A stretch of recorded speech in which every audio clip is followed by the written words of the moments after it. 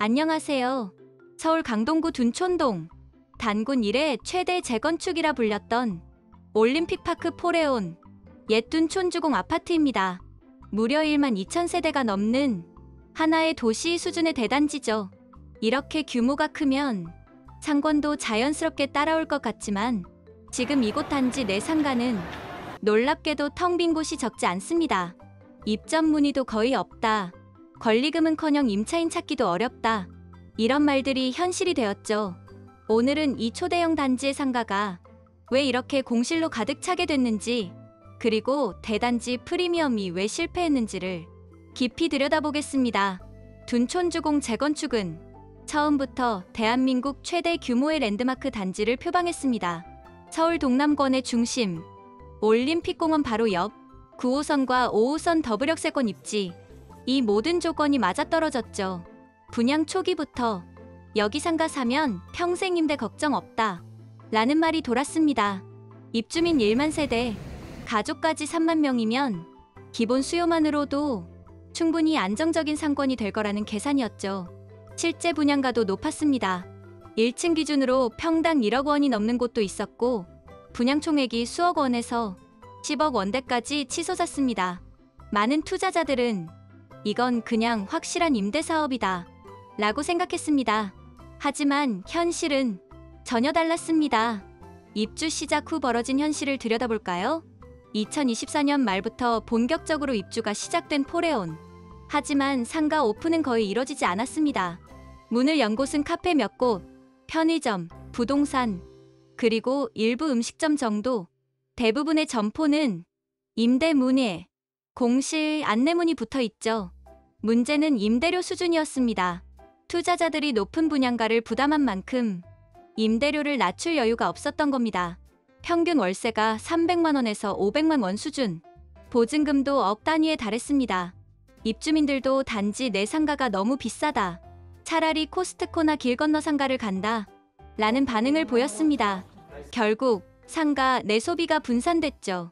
이 단지의 구조적인 문제는 바로 규모의 함정이었습니다. 포레온은 워낙 규모가 커서 단지 내에도 상가가 여러 구역으로 분산돼 있습니다. 동마다, 구역마다 상가가 따로 존재하다 보니 중심 상권이 형성되지 않았죠. 예를 들어 1단지에서 사는 사람은 4단지 상가로 일부러 가지 않습니다. 걸어서 10분 이상 걸리니까요. 결국 각 상가가 미니 상권으로 쪼개져 버린 겁니다. 그리고 단지 외부에는 이미 상업시설이 포화 상태였습니다.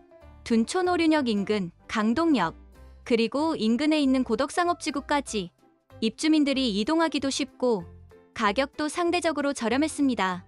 결국 단지 안쪽의 상가는 비싸고 접근성 떨어지고 갈 이유가 없는 곳이 되어버렸습니다. 투자자들은 1만 세대면 무조건 된다 라는 믿음이 있었습니다. 하지만 이 계산은 생활 동선과 소비 패턴을 무시한 단순한 숫자 노름이었습니다. 요즘 입주민들은 굳이 단지 안에서 소비하지 않습니다. 배달앱으로 음식을 주문하고 쿠팡으로 생필품을 사고 차로 나가서 스타필드나 대형마트에 들릅니다. 상가 입주민 상권이 충성 수요로 남던 시대는 이미 끝났죠. 그럼에도 불구하고 많은 투자자들은 대단지니까 잘 될 거야 라는 과거 공식에 매달렸습니다. 결과적으로 수억 원을 들인 점포가 몇 달째 문을 열지 못하고 있습니다. 심지어 일부는 분양가 이하 전매도 나오는 실정입니다. 공실이 길어지면 상권은 더 빨리 무너집니다. 사람이 없으니 새 임차인도 들어오지 않고 문 닫은 점포가 늘어나면서 분위기가 침체됩니다. 게다가 관리비도 만만치 않습니다. 대단지 상가는 통합관리 구조라 공용전기료, 청소비, 경비비 등 고정비가 큽니다. 임차인이 없어도 투자자는 매달 수십만 원의 관리비를 내야 합니다. 이 상황에서 일부 투자자들은 임대료를 확 낮춰서라도 채우자 라는 의견을 내지만 그렇게 되면 수익률이 더 떨어집니다. 결국 버티거나 손해보고 매도하는 수밖에 없습니다. 이런 공실 도미노는 포레온만의 이야기가 아닙니다. 최근 몇 년간 서울 곳곳의 대단지, 신축 아파트 상가들이 비슷한 길을 걷고 있습니다. 잠실, 마곡, 위례, 송파 헬리오시티도 예외가 아니죠. 이 현상은 단순히 둔촌주공의 실패로만 볼 수 없습니다. 한국의 신축 아파트 상가 모델 자체가 한계에 다다른 겁니다. 분양형 상가 구조는 시행사, 시공사, 분양대행사가 단기 수익을 극대화하는 방식입니다. 상가를 직접 운영하지 않으니 실제 상권의 지속 가능성은 고려되지 않습니다. 분양가는 이미 수익성 한계점을 넘었고 임대료는 수요를 따라가지 못합니다. 그 결과 공실은 구조적으로 반복되는 겁니다. 둔촌주공 상가 공실 문제는 대규모 아파트 단지는 안정적 상권이다 라는 오래된 공식이 더 이상 통하지 않는다는 걸 보여줍니다.